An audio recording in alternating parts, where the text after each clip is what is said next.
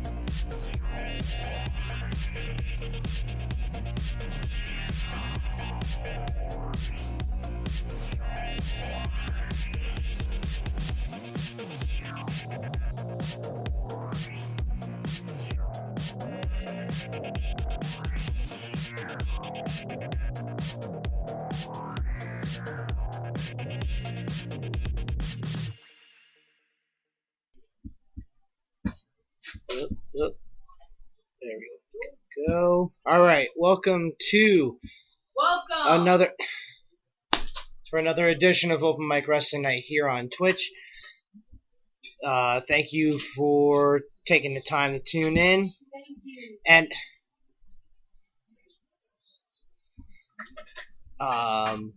it is Sunday, the 13th of January. Again, right here live on Twitch. Let's get the live screen here going. All right, here we go. So that y'all could see my ugly mug. Here we go. So if you're interested in the socials for the show, right down here. Yep, there we go. On Twitter, Instagram. So, and actually, let me pull this up now too. And the call-in number right there in case you're interested, 657-383-0105. So that is the number to call in case you're interested in tuning in. So we have already, again, this is an open mic, a pure open mic, since we don't have any guests on here today.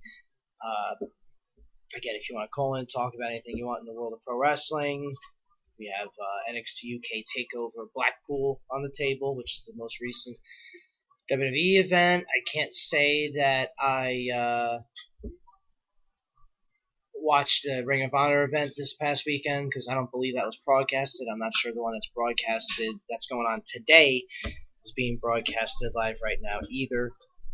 I can't confirm or deny that. But before we get into NXT UK TakeOver Blackpool, God, it still feels so weird to say NXT UK TakeOver. We have a few guests coming up here on the show within the next several weeks. We have Grey Wolf coming on this Thursday. Next Thursday, we have James Anthony on the 24th. On February 21st, we have Zach Haydorn of PW Torch Specialist, and host of the PW Torch VIP audio show On the Canvas. He'll be joining me on the 21st. So that's going to be something else. And let's take a look here. All right. You know, I kind of want to make a comment here really quick as I reach for something else here for a second. Okay, as I reach for something else. Anyway, sorry about that. I was just reading on Twitter before I actually got on the air. Some fan. This is where I don't understand fans. Like, there's like this entitlement complex to them. It's actually kind of annoying because they were talking about how Pete Dunne had completely refused to take a picture with them, like literally 2 seconds out of his time, like, and he just blatantly refused. It would have taken 2 seconds. You know, I remember there was a couple of times when, excuse me, when I was doing, when I was not doing anything, not like I'm anything important, but I didn't like the idea. There was a couple of times when I went to shows at the Garden. I didn't like the idea where people knew, and I'm sure this has happened over the years, but I don't like the idea that people knew where the wrestlers had come in for their entry, to enter the arena for the show, for work, and the fans were there, and they just wanted to take pictures. They wanted to do everything. And I remember there were some people that just flew right in, didn't even acknowledge the people that were there. Understood. It was this one was actually the one that the time I'm recalling was for, I believe, was it the Royal Rumble in 2008? I'm pretty sure it was the Royal Rumble in 2008. Couple people just flew right in, not even acknowledging the fans. Then I remember Justin Roberts had come in, and he was cool. He took some pictures with people. For me, I got the better joy out of just shaking their hand and saying, no, it wasn't the Rumble. It was Survivor Series, the one where Punk won the title from Alberto Del Rio. Because that was the same day that Alberto, Ricardo, and Mason Ryan almost hit me and my friends with a car trying to get out of the parking garage. Oh, that could have been really bad, really fast. Yeah, Justin Roberts had come in, shook his hand, nice to meet you, good luck tonight.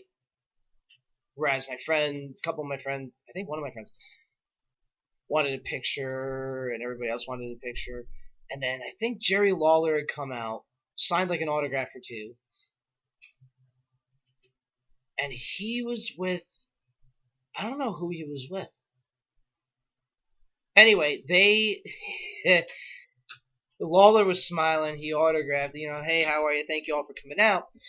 And he said, now, not to be rude, but if you'll excuse me, I forget who he was with, but so-and-so and I are going to go out and watch, are going to go find the nearest bar for the Cleveland Browns game. On a Sunday during football season, I guess the Browns were playing, and they literally just walked out in the middle of New York City just trying to find the closest bar that would air the Cleveland Browns game. That was funny. But everybody was like screaming and like wanting to take a picture, and if the talent didn't want to take a picture with them, a bunch of them were butthurt. I don't get that. I honestly don't get that, because it's it's like with anybody.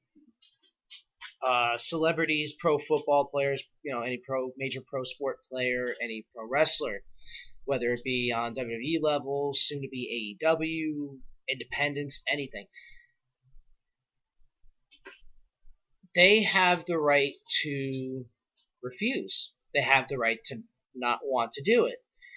The way that I look at it, the fan should be grateful that these talents are taking the time to take the pictures. And in this breath, Pete Dunne was talking about how, oh yeah, let's see if I can find the tweet. No, I can't. Okay. Something about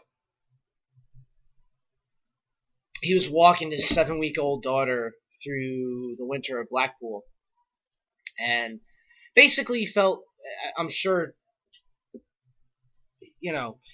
he wanted to. Then he then apologized for his unprofessional conduct or something like that. Pete doesn't know who I am, and that's fine. But I don't get why he had to apologize. I don't get why unless it's a WWE PR thing, I don't get why he feels the need to have to apologize to a fan. I get it. The fans are their lifeline to buy the merchandise, to buy the ticket to come see them live, to do whatever it is to help support them. And at the same time, people have to know their limits. Like, how far is too far?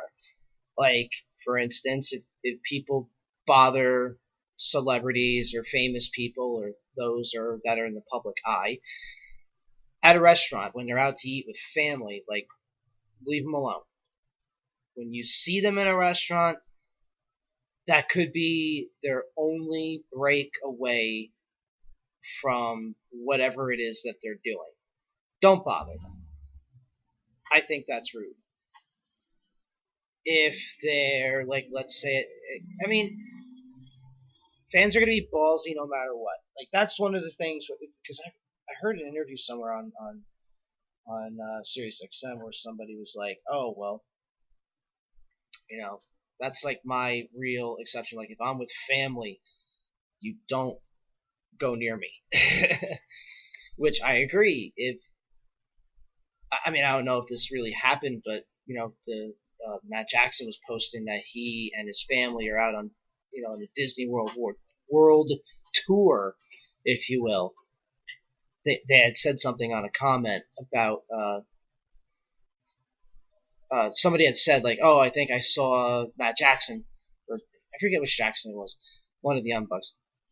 I think I just saw him in Disney World, and he's like, well, I have been on a world tour or a Disney World tour with my family for the last several weeks, so yeah, probably was. Even that I kind of feel like is unwarranted to announce that this person is at Disney World. Because with how people are attached to their phones or mobile devices, somebody sees that, and if they're crazy enough, then they're gonna find a way to find out where you are in the park and see if they can get a picture, if they could do this, if they could do that. Like, I would hope that you would want to spend time with your family, not being bothered by people. And just my opinion, of course, but it's hard for me to say. Like, at independent shows, of course, you're going to run into the fan that wants to take the selfie or take whatever. That's a more intimate setting, an independent show. And I feel like that's. Oh, and the other thing too, when a talent's walking by, or